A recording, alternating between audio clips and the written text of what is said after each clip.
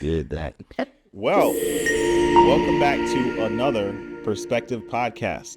Here today, we have myself, Romano, the Realtor, and I don't think I'll ever change that name at this point, right? And Ryan, the People's Realtor, Realty Ryan specifically. You can find him on Instagram, Facebook, and not TikTok at the moment. I'm working on it. I think there's a TikTok. I just am not using it. I'm not. See, he jumped into the intro. So why don't you introduce? Oh, my bad. Yeah. What up, baby? Yeah, it's your boy, the People's Realtor, Realty Ryan. And along with the two of us, we have my beautiful, intelligent daughter, Miss Ariana Balancier.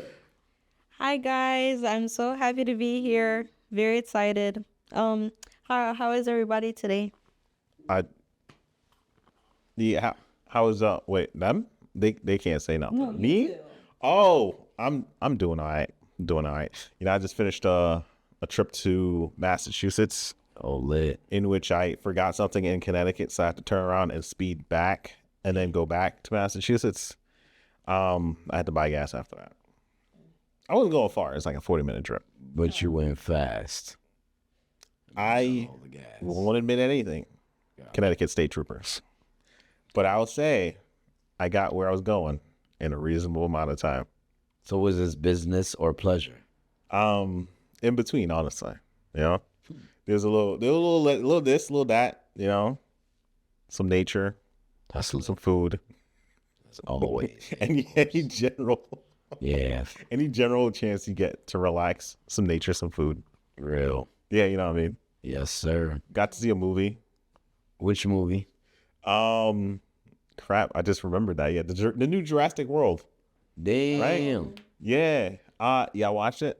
Nah, I saw Fantastic Four lately. You saw it yet? No, I saw like parts of it, but I never finished it. I saw 28 years later.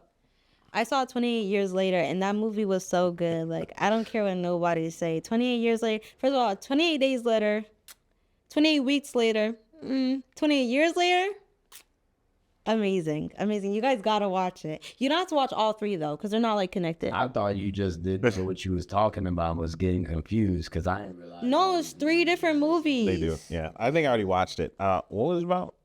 It's basically like these like so the first movie, these scientists were kind of making this like chemical, I guess, and for like monkeys, and basically what it did to people was it would make them like extremely angry, and like the people would just go crazy, and they almost became like zombie like a little bit.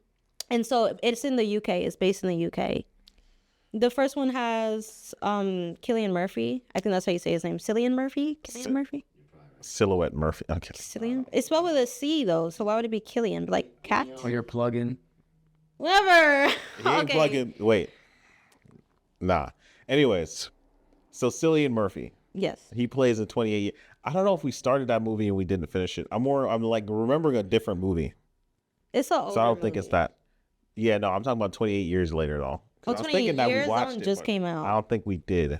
No. Probably not. You'd probably have to see that in the movies. Yeah, I'm thinking of a different movie. But there's one that I'm thinking of that y'all probably would like. I just gotta remember it. Okay. Jurassic Park was the spoiler you got.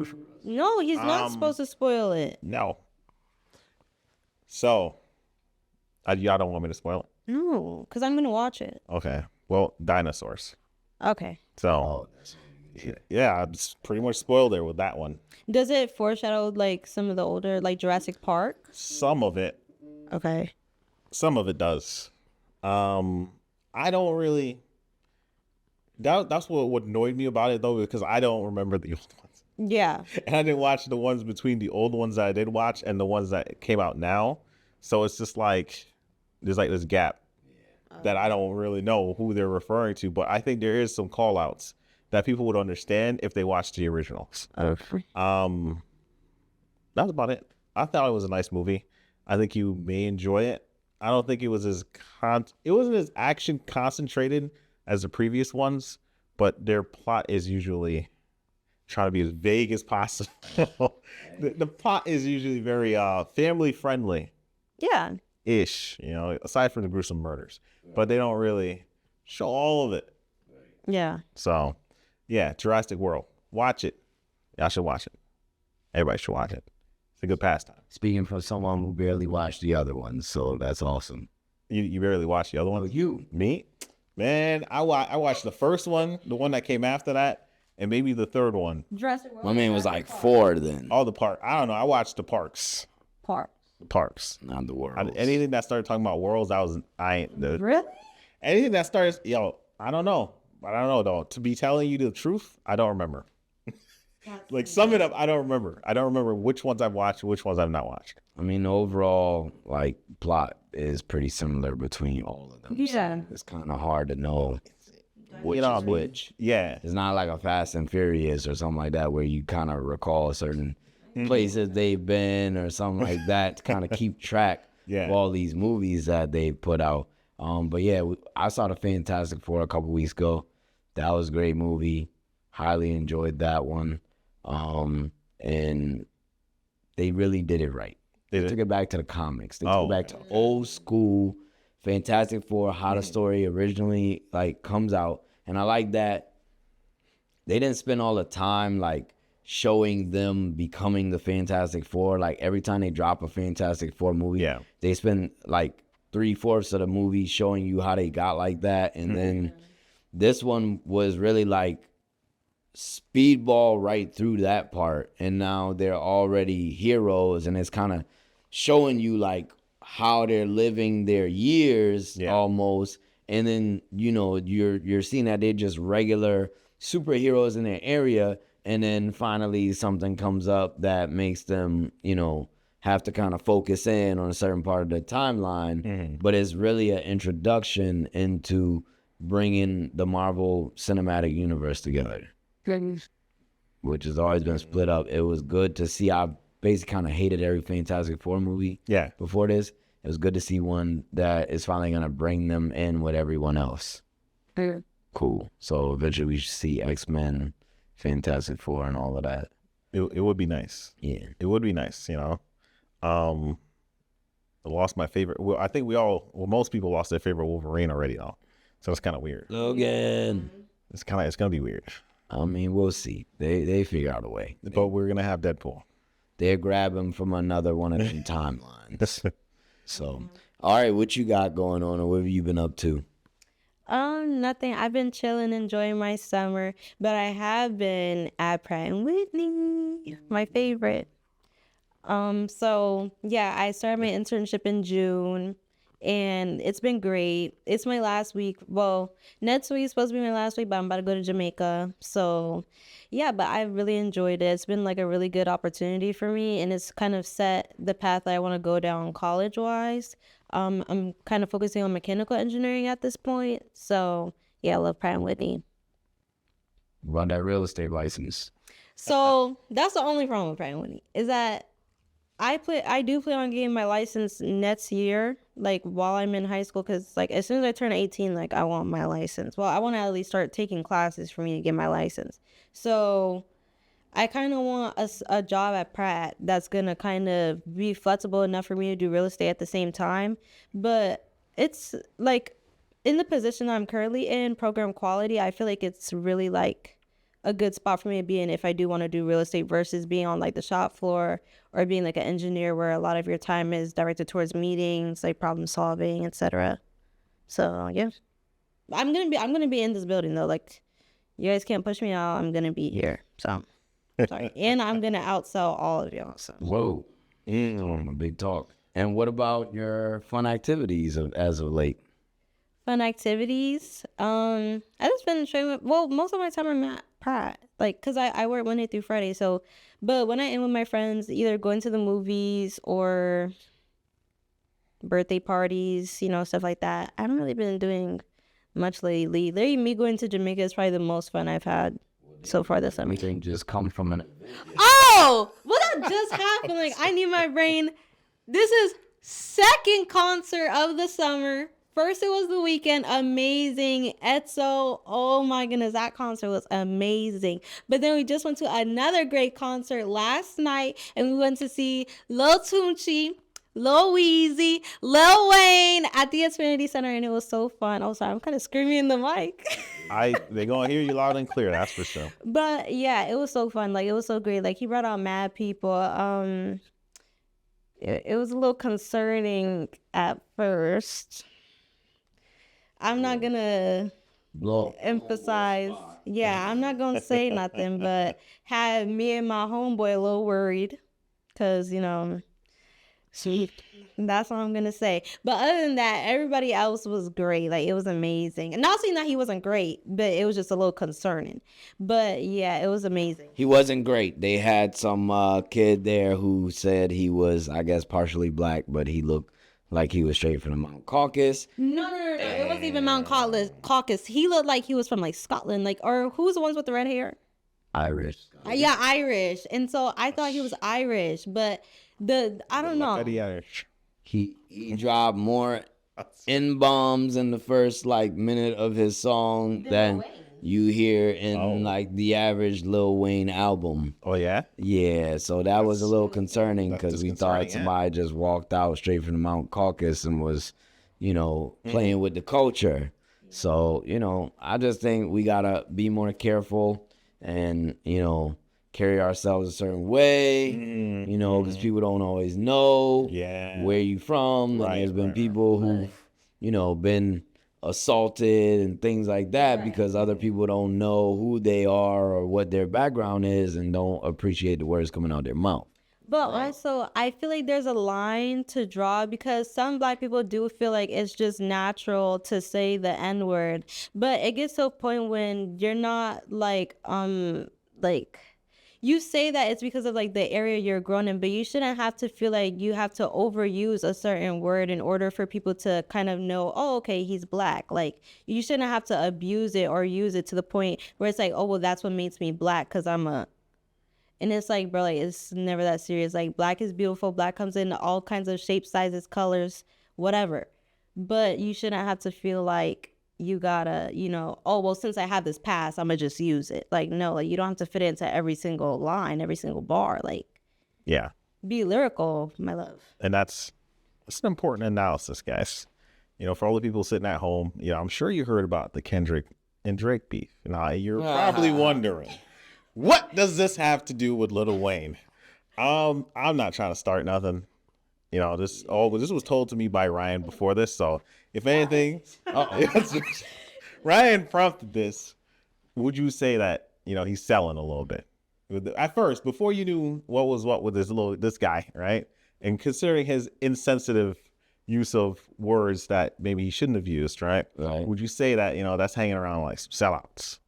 Would you argue with for the guy to be? So the guy is not Drake that we talking about. No, I don't know. He's not Drake. He's just performing with a Drake supporter. Just saying. I'm neutral. Who do you think is a Drake supporter? Wayne? Yeah, 100%. I don't know if Wayne's still. He is. He's still supporting Wayne. Claimed it. I mean, Drake.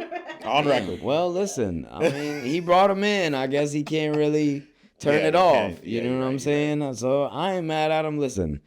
Get your money, people. Do what you got to do, but in good taste. I tell mine, don't sell your soul for $1. Mm-hmm. So I want everybody to hear that because so many people out there for some money, they will do anything. I watch a lot of different content online. I love the podcast. One of my favorites, I'm going to get in trouble with my homie 607 Unk. Shout out 607. Yo, come on to PrefeQ Perspective 607. Talk some financial literacy with your boy. I ain't rich, but I might got a couple dollars. Come see me. But I watch my boy's podcast, and one of his homies, big homie CC, who's in like the protection services type thing, is always saying how he witness and then us turning on each other over $1. Oh, and that's so inappropriate. I have a daughter. I think she's one of the most beautiful women in the world. But I also know that I raised her with a good mind. Yeah. So when she goes out into the world, my hope is that she utilizes the mind I gave her more than the beauty that God gave her. You know what I'm saying? Because don't waste, don't sell your body or, and when I say that, I don't mean like literally, but that too. Don't sell your body or yourself for money. Don't sell your soul because my grandmother taught me, and she was native. She said that, money is only paper till you do something with it. People don't realize you using this paper as a form of currency to barter and trade, that paper only got value because of the value you're putting on it. But if everything shut down, it would just be paper. You know what I'm saying? If the economy messed up, computers shut down, you ain't had nothing to analyze with, you be wiping your ass with them green and blue bills. Now, I don't want to be disrespectful. Go for it. Go for it. But I got to play the guy, you know? Go for it. So let me check what tribe? What tribe? No. Don't you do that. Native. I ain't going deep into it. You know what I'm saying? I ain't going deep. Put my roots out there. Let me do a test. You feel me? You know You can test me. It's a federal exam. I need some DNA. No, you can get the. I mean, they got the DNA already. Trust me. Hey, simmer down. You feel me? They got the DNA, but I promise you, it's native blood in here. Shout out to Pop Dukes, Dwayne Parker. Check him. He got the hair and all that. I just got the nappy roots, and now I don't got no evidence. You feel me? Native to where? Huh? What do you mean? Do it, frick. Bro, you are tweaking, Romano. Come on, baby. You ain't know. I'm gonna bring some credentials for you. I'll bring it for you. Bet. I'll bring it for you. You just gotta tell me though. Yeah. Yo, I'm telling you. Choctaw. Choctaw. What area? Louisiana. Louisiana full of Native American peoples, my guy. My whole family is basically Native. I know. I'm fucking with you. Yeah, you better slim down. God damn it. We're already under enough persecution. I'm just saying. I'm sorry. My bad. Yo, so okay. you took advantage of the grants, or No, I didn't. you not high enough percent? No, I'm sure I would be high enough percentage, but I never did the paperwork. I'm gonna be real. Oh yeah. I knew of my native roots because when I go in my grandmother's house, she was literally like making her own custom jewelry, dream catcher, stuff like that. Okay, those are light, right? Right. But she also rode horseback and shot archery. Okay. And I found the bows, both old school regular bow, right? And then a high powered bow and with pulleys and whatnot in her closet. I'm down there one year chilling. She would always give me her bedroom. Is my grandma. She worked a lot of third shift, so she liked to just sleep on her sofa. Yeah. So if I come there was an extra bedroom. If it was a little cluttered up or something, she just give me her room. Right. So I'm being nosy and bored one day. Go in the closet.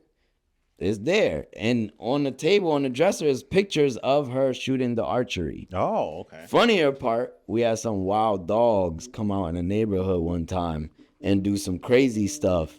And my grandmother got mad because she had a lot of like cats. She had a mama cat, kittens. She had a little moat in her backyard, like a little pond. She would have like geese in there. So we had a lot of animals, roosters, stuff like that. In like whatever acreage she had. My grandma had like 7 acres of strip. Yeah. But anyway, some wild dogs came and killed one of the cats or a couple of kittens one time. Dang. And my grandma basically told me, like, yo, go get my bow and arrow. And I'm like, what? And I'm telling her, like, let me do it. You know what I'm saying? I wanna bust one of these dogs down with this bow and arrow. And her response was, no, I can't let you do it, baby, because when I shoot him, basically, she said, I'm gonna shoot him in the heart, like she gonna kill him. Yeah. She was too worried that I would shoot them and not do a deathly clean blow. job, right? Right. And I would make them suffer. It wouldn't be a wall. Yeah. So I spent that summer shooting a big, huge stuffed clown. Oh. It was like almost a small child size, clown that I put up against a tree. Yeah. And started lighting his ass up with that high powered bow and some arrows. Oh shit. So I had a great time. When you say high powered, you mean like it's just the way it was constructed, or like a no, metal one? So she had basically she had 2 bows in her closet. Yeah. One was a traditional bow. Right. Like basically like some wood type stuff. I know. When I say high powered, I mean the other one had pulleys on it. So basically like the bow that a real archer would use has pulleys on the ends of the bow that now when you pull it back, like, you know how you pull a bow and it's tension, right? Right. When you do a high-powered bow like that, like a one with the pulleys, you pull it and it has the tension for a minute, but then the pulleys kick in and then it pulls back even more.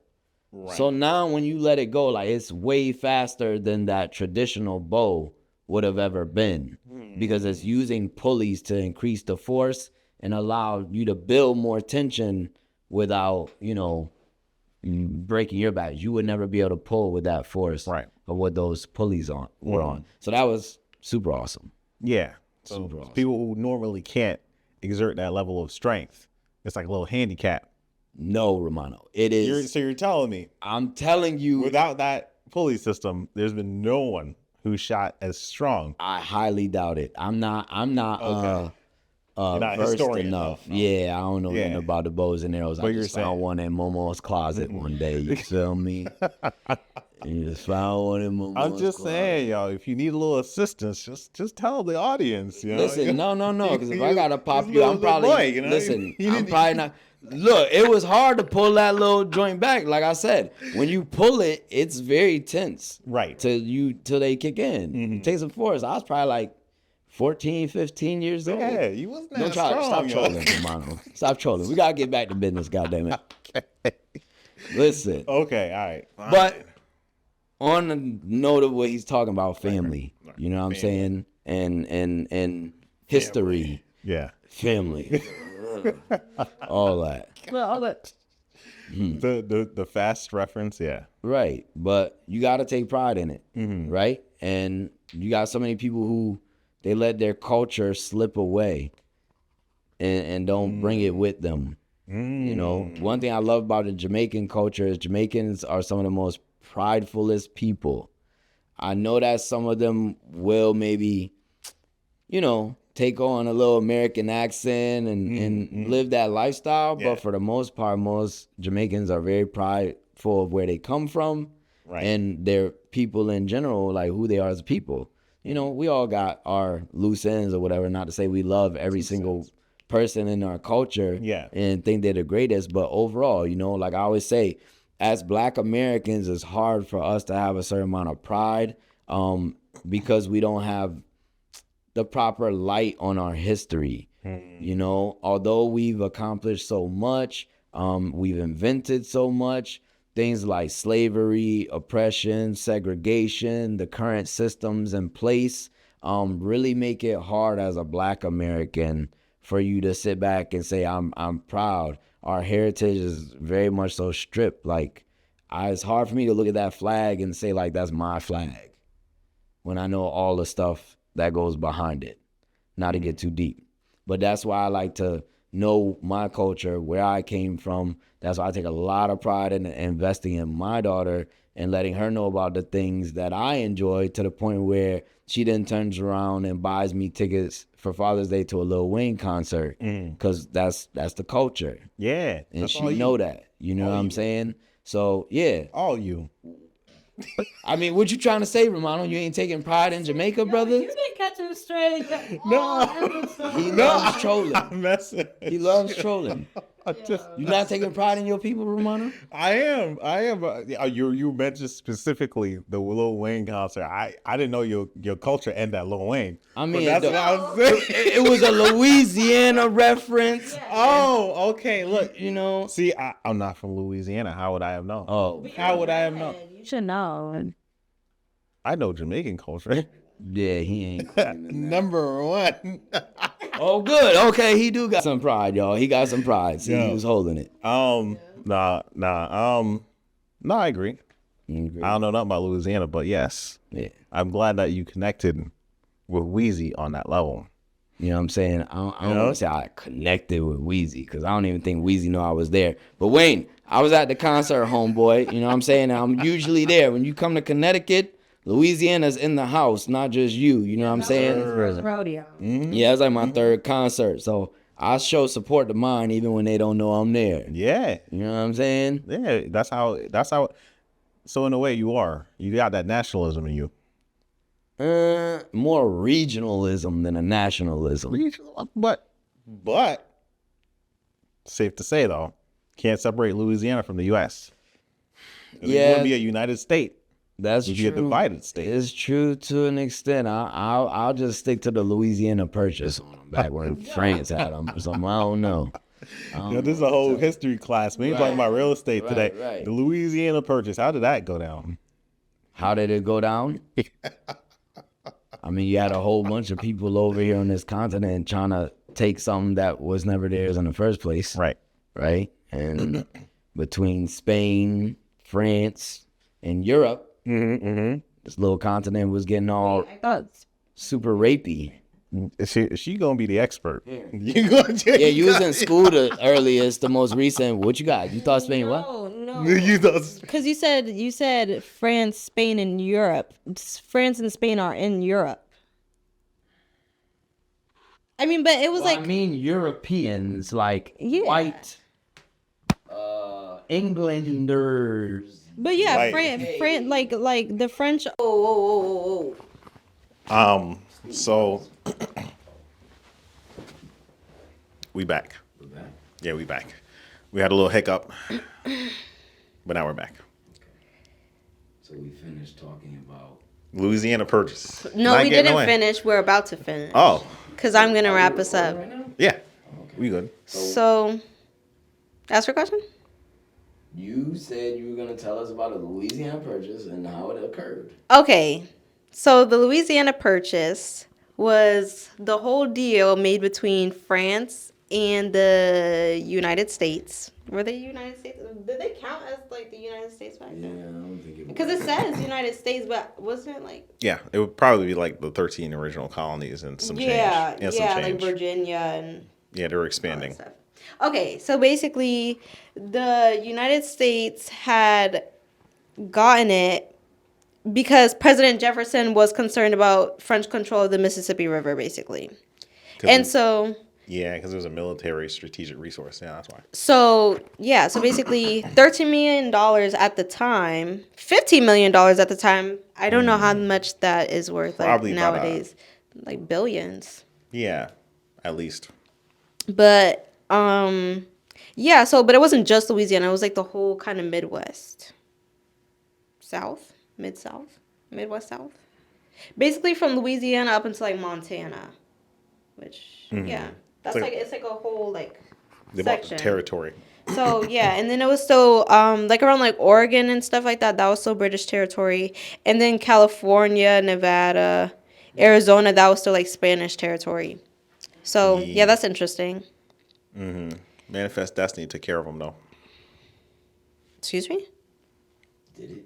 Manifest Destiny took care of them. Found a way. All those owned territories. Oh. They found a way. I mean, now they're still owned, but just by one. Yeah. Took care of them. You know, the birthright. Are we going to talk about that? Yeah, what are we talking about that? What? Birthright citizenship? Yeah, the thing that's going on right now with that. I don't understand Feel it. free. Crack it right open. It's a cold one. I don't understand that one. Like, I don't get it. What do you not get? So basically, it's like if both of your parents weren't born in this country, but you were born in here, you no longer have citizenship because your parents weren't citizens? No, it's saying that normally if you were born here and your parents weren't, you would still be a citizen because you were born here. Right. So it doesn't matter. Now he's trying to say that even if you're born here, I guess basically if your parents are not citizens, you are not a citizen. That's what I just said. Oh. I thought you said it switched it. I thought you said the kid was not a citizen. No, I'm saying like if you were born here but your parents weren't born here, you're no longer. Yeah. So like that's what That's what he's trying to enact, yes. But I don't understand. Because then you could deport those people as like immigrants, as like illegal immigrants then at that point, and you could send them on their way. He's making it like immigration is our biggest problem in America, and I'm sure it maybe has a place, I don't know, but it's not the biggest issue most likely of what's causing the problems we have. Oh, for sure. There's definitely Most of it, if you ask me, is caused by the system itself being faulty and being made to work in the best interests of some and not in the best interests of others, as we've seen in certain cases. And that's basically it. So where you fall in that, what should I say, that range culture is how you'll be treated. How you're doing? Yeah, I mean, if you ever watched the Family Guy episode where he got like the color chart at the airport, Right. that's your range. For But yeah, when you talk about like historical environment setting, it's reminiscent of the fact that we do use a lot of immigrant labor for a lot of stuff, especially in the West, where you bordering Mexico. So a lot of Mexican people were invited over historically again to do labor on our farms over there. And they do the best labor because it's free labor. And it was always like that, where we were welcoming of people in other countries. So they come over, do free labor, go back, whatever. And then, obviously we went through the early 2000s, like the change of the century, specifically what happened in the first 10 years of that century. So, after that decade, we kind of tightened our borders. We didn't lock them. We still have kind of an open border policy, but now immigration became a big ticket item. It's up there now. We are more worried about it now than we were before, because before it was a necessity, it was fine, but now it's a security risk.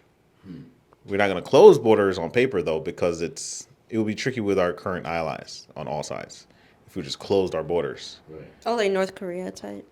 All of it. Yeah. The UN, you with the UN. So any countries affiliated with that would have an expectation that they could come here. So now if U.S. was making it difficult for people to come from a country that's an allied country from them, well, how does that work as an ally? Not really allied anymore. All right. Okay. Well, it would just cause friction on international policy, which we already have plenty of. We don't need any more. Right. If I were to say I could run a country, I would say we don't need any more conflicts with our allies. But then again, we also live in an age where the sticks are big enough. And if you have a big stick, you got a big stick. If you want a big stick, you're going to have to invent the firearms or the weapons to give you that stick that is large. AKA, we're talking about nuclear weapons. Not other sticks, guys. Nuclear weapons. Yeah, Chicago. Yeah. We ain't talking about them sticks. Yeah, we ain't talking about those sticks. If you're a country who's established already, it's tough to change your position unless something happens from the inside. But then that's starting to talk about conspiracies or situations that the CIA is very familiar with, and I'm not a conspiracy theorist, so I won't get into it. You guys don't there's no big conspiracy theories. What's one conspiracy theory? I know you say you're not a conspiracy We're spinning, theorist. yeah. Mm-hmm. But what's one conspiracy theory that you absolutely believe, even though you don't know necessarily that's true, but you just believe it? Let me. A lot of people think that we never landed on the moon actually. Do you think I think that's true? Stupid that people believe that we didn't land on the moon. I think we landed on the moon. Okay. But that's not a conspiracy. It's not a conspiracy. But to some people, it's a conspiracy. So I believe in the conspiracy that we landed on the moon. Okay. And I believe it 100%. In someone else's eyes somewhere, sitting down and be like, what the hell are these people talking about? I believe we landed on the moon. All right? Bro, he's just trying to play it safe. Ain't nobody gonna get you. Yo. What do you... I'm not Oh, yeah? Well, get me. I believe in the systematic oppression of a peoples. You know what I'm saying? Who've been held down for hundreds of years. He had a dream, guys. You know what I'm saying? But then I woke up in this nightmare. Nah, but yeah, obviously we know that there's, like I said before, a lot of things in place to control the narrative. So to me, that's the biggest conspiracy of it all. Is just that, we're being controlled to stay where we are. The biggest conspiracy is that everyone gets up and goes to school every day because you're being programmed to be a worker. That's the biggest conspiracy. The biggest conspiracy, if you really want to be something, you want to be well off in life, you're not going to just conform to the normal system. You're going to learn how to think outside the box. Do what the rich do, get a better education, but not just that, understand financing and financial literacy and investing in real estate. Yeah. Boom, plug. I'm a realtor. Invest in real estate. Yeah, investing in real estate is top. You know what I'm saying? I'll always do it when you can do it. Don't do it all the time. So do you guys have any tips for any incoming real estate agents like myself? What are some things you wish you knew before you started? Save some money. It ain't cheap to get in. What's a range? 1.5. like 1,500, 1,500. Oh. You're tweaking, Romano. 1,500. Hell no. Yeah, 1,500, yo. Bro, Our dues 700 alone to one association. So as 700. as a new agent, you gotta take a course Right. and a test. Right. Both of those right there gonna run you about what? About 600. Yeah. Right. Right. Mm-hmm. Okay, now you take the test. Now you have to actually like pay for the license, right? Right. And then get all the other stuff situated. That's easily another $800+ Right. with e-key. So you're saying like two five. Yeah, 2 or more. 2,500. 25 just to cover everything. Right. 3,000. Right. Right. And you step through it though. You know, it's not like all at once in some cases. It is. Right. But you step through it. Right. You take your course. That might be 8 weeks. You're gonna pay $400 to $500, $600, I don't know, something like that. 400. For me, 400. with discount. Right. Mine was about 350, 400, something like that. Then, like I said, you take your state test. That's gonna be like another probably like $175 or 100, whatever the number is.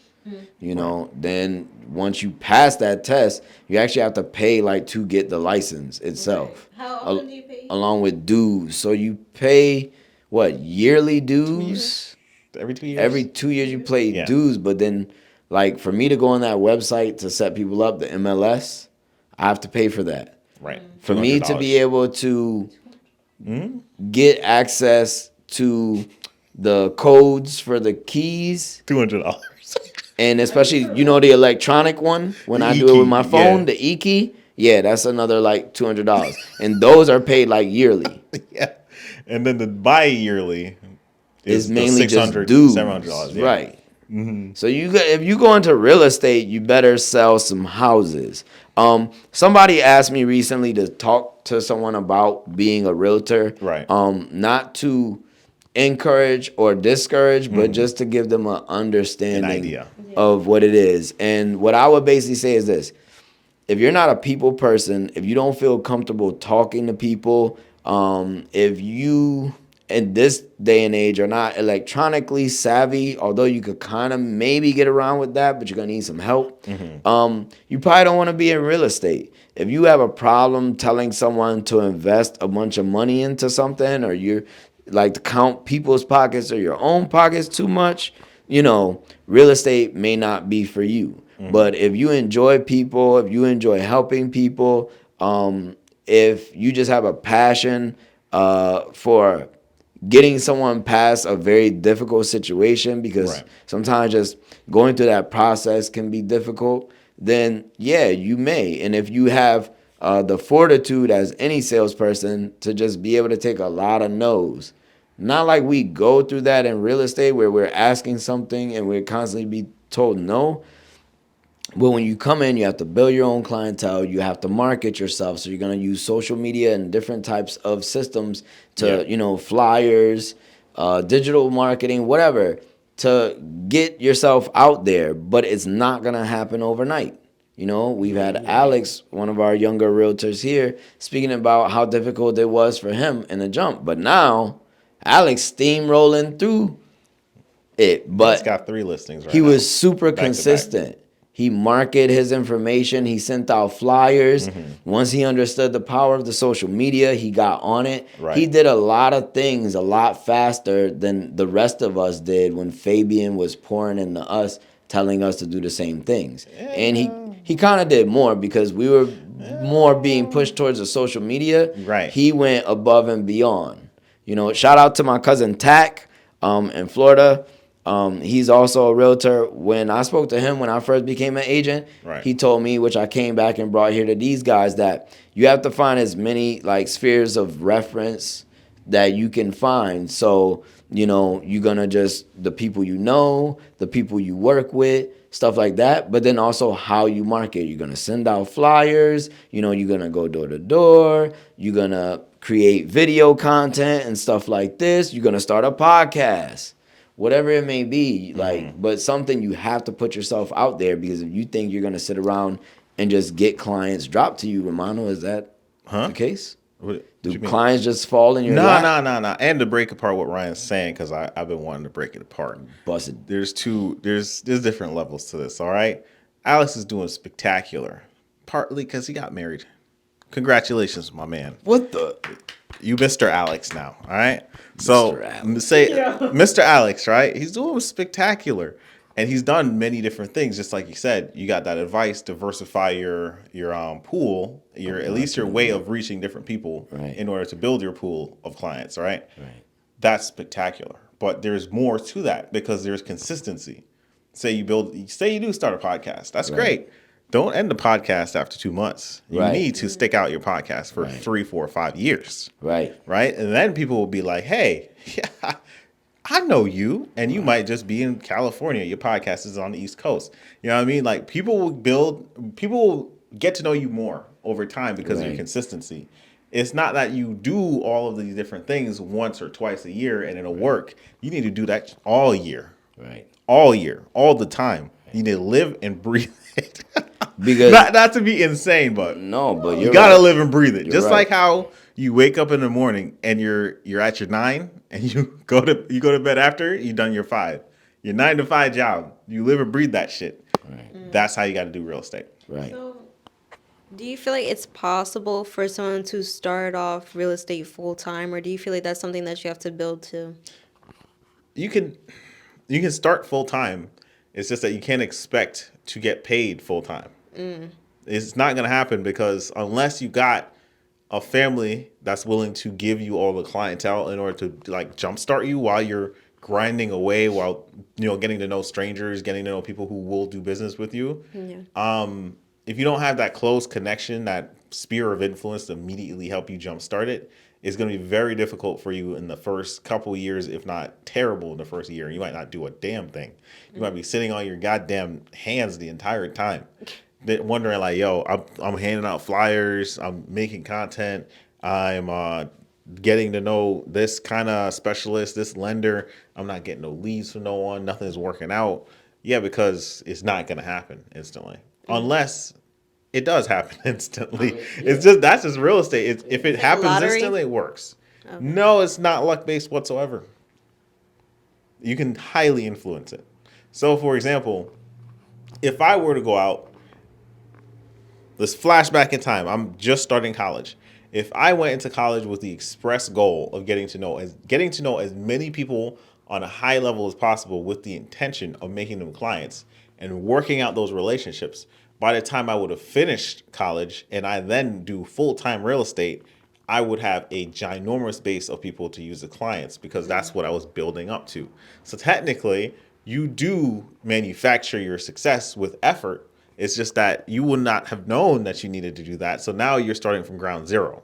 Okay. So that's why that saying exists, the best time to plant a tree is today, because if you miss today, then you're going to miss tomorrow, the day after, and it's going to be years later, and you're wondering, damn, I should have planted that tree. It's what it comes down to is a snowball effect. And some people do have the charm. Like I think Fabian knew a guy who came in and immediately jumped off full time. Mm-hmm. But you have to be, like I tell people, I'm a customer service rep, not a salesman, right? The best salespeople may not always have the best intent. Their goal is to sell, and their goal is to go out and get it. So that's almost like by any means necessary sometimes. I'm not saying everyone is like that. But usually the real go-getters who are out there and locking stuff like that in right away are people who are like about their paper. More so, I would say, and I hate to say that, because I'm not trying to scare anyone. Work with who you work with. Get to know the person you're dealing with.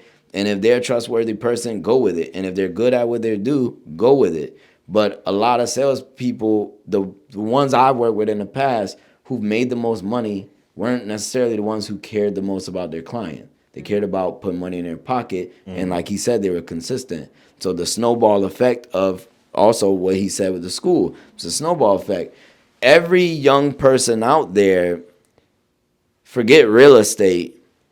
If you have interest in going out into the world, being an entrepreneur or anything in any type of field of labor, when you are in college, as Romano said, you should be building relationships. Because one of the hardest things in life is to meet the right successful people and establish the relationships. So when you get put in the right place, like how you're at Pratt and Whitney right now, you're talking to these people, they're giving you advice on helping you build your foundation so you have a clear path of how you go to your college. Now you go to college, you're working with these people who are all supposed to graduate and become professionals, whether it's for real estate or anything else.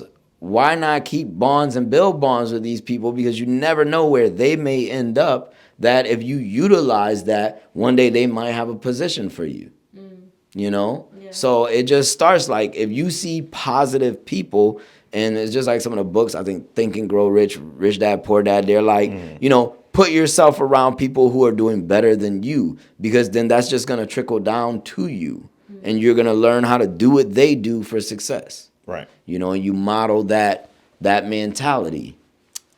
Right. And I know you said something earlier about qualifying a realtor on what they are and like what they need to be. And the biggest thing is a resource.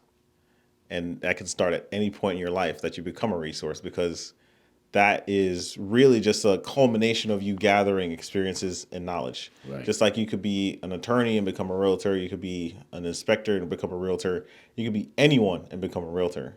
Because, not to cheap out the profession, but if you have a resource that you're able to provide, then you can become a great realtor. We just talk more about the values you need to hold as a realtor and your personality that you may need to adopt, not that you need to change into, that you need to force yourself to become, but you need to know that when dealing with people, you need to be receptive in different ways. So that's why we talk about what personality traits would make a great realtor, but you can surely use that as a skill rather than a permanent piece of yourself. Because as long as you apply the skill around different people, then you can fit their situation and help them with your knowledge, with your resource, whatever specialization that might be. And even as Ryan himself has proved, you're operating machinery, you're still going to be a resource in a high level, because he's far more than just that. Right. Yeah. Right. There you go. So does that answer your question? Yes, guys. Thank you. Cool. So another thing I want to talk about is family dynamic. You know, I grew up as an only child, and that had its effects. Single mom, only child, but I did have a lot of cousins and stuff like that I grew up with. So even though I was by myself, I felt like I had a bunch of brothers and sisters anyway. As a grown person, I'm kind of back to by myself. I don't know where my brothers and sisters went, but, you know, I'm holding down mine, starting my own. I have my daughter, my mom, a beautiful woman that I'm dating, and I'm, you know, building my own around that.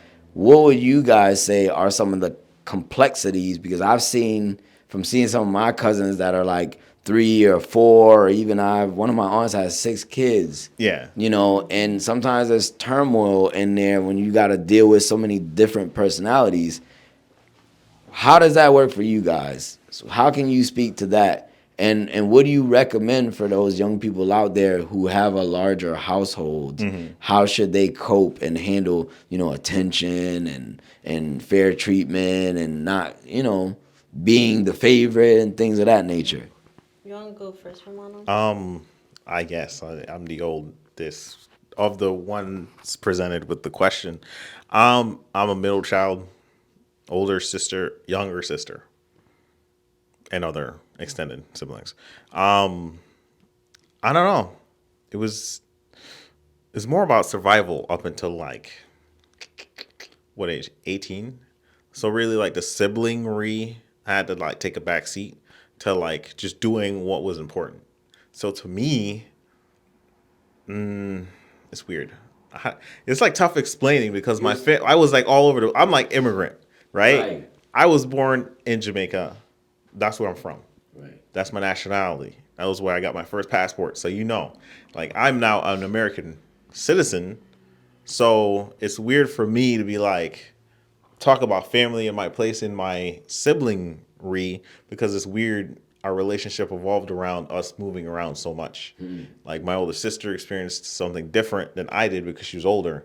So going from Jamaica to the U.S., she was going through a lot of shit that I didn't quite understand. Like, she had culture shock, most likely. Right, but then at the same time, she had to get over that faster than I did.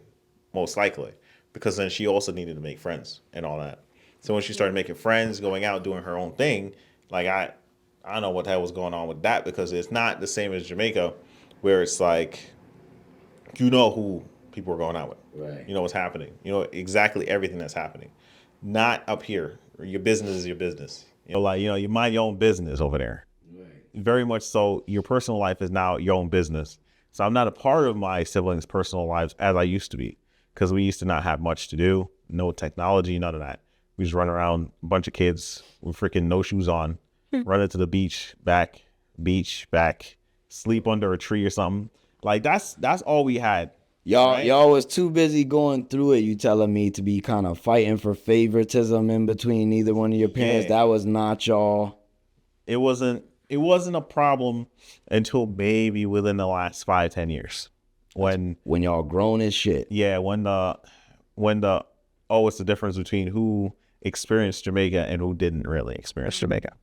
Because if you experience what it was like to be in Jamaica, you'd experience a neutrality. You know what I mean? Like what I was saying, like we didn't have all of this. Like we ain't had the motherfucking sandwich. You know what I mean? Like I can remember clearly just being, if that makes sense. Like there's nothing for me to give my attention to aside from the fact that I am a child either going to freaking Sunday school or going over a family house and hanging out with cousins, hanging out with family, talking to family. Like there was nowhere else for me to put my attention.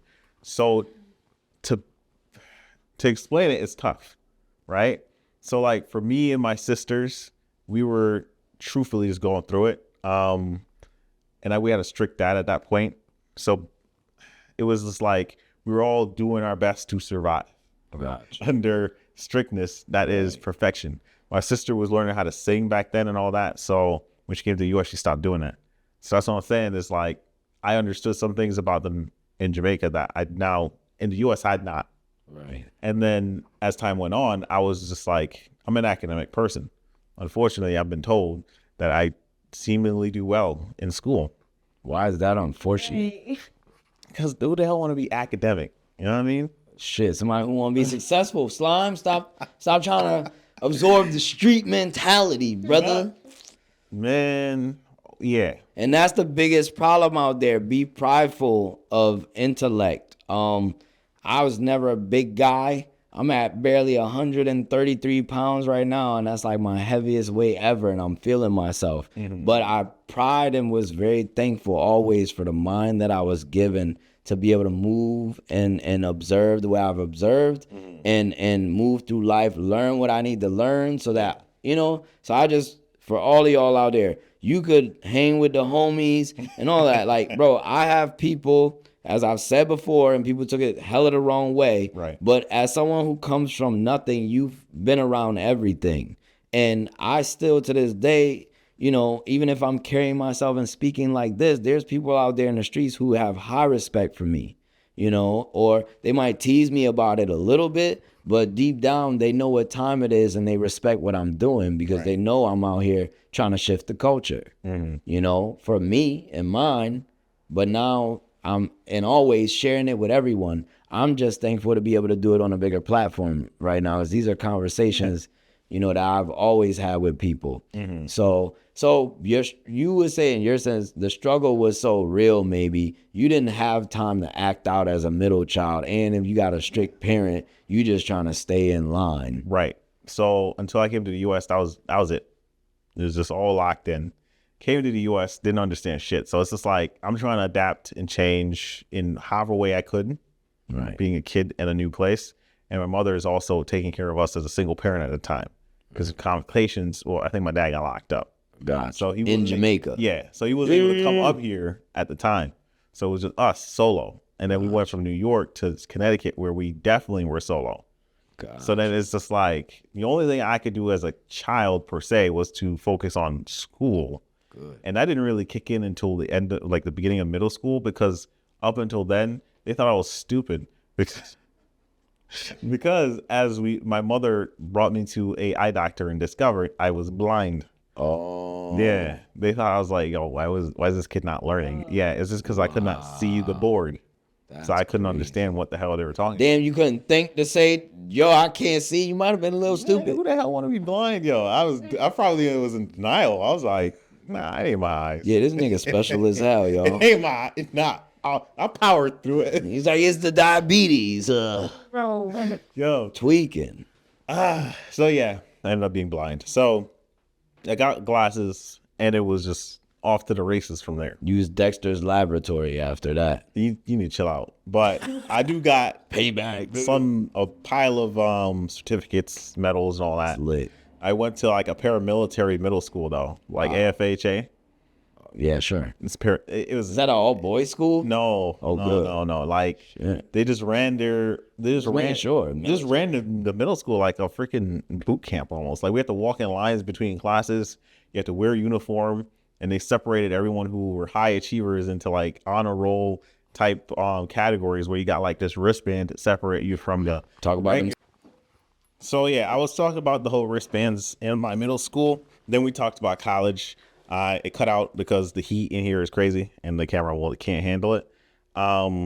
Real quick recap. She going to college soon. Not everyone is confident in where they're going to go to college. So don't think that they all are.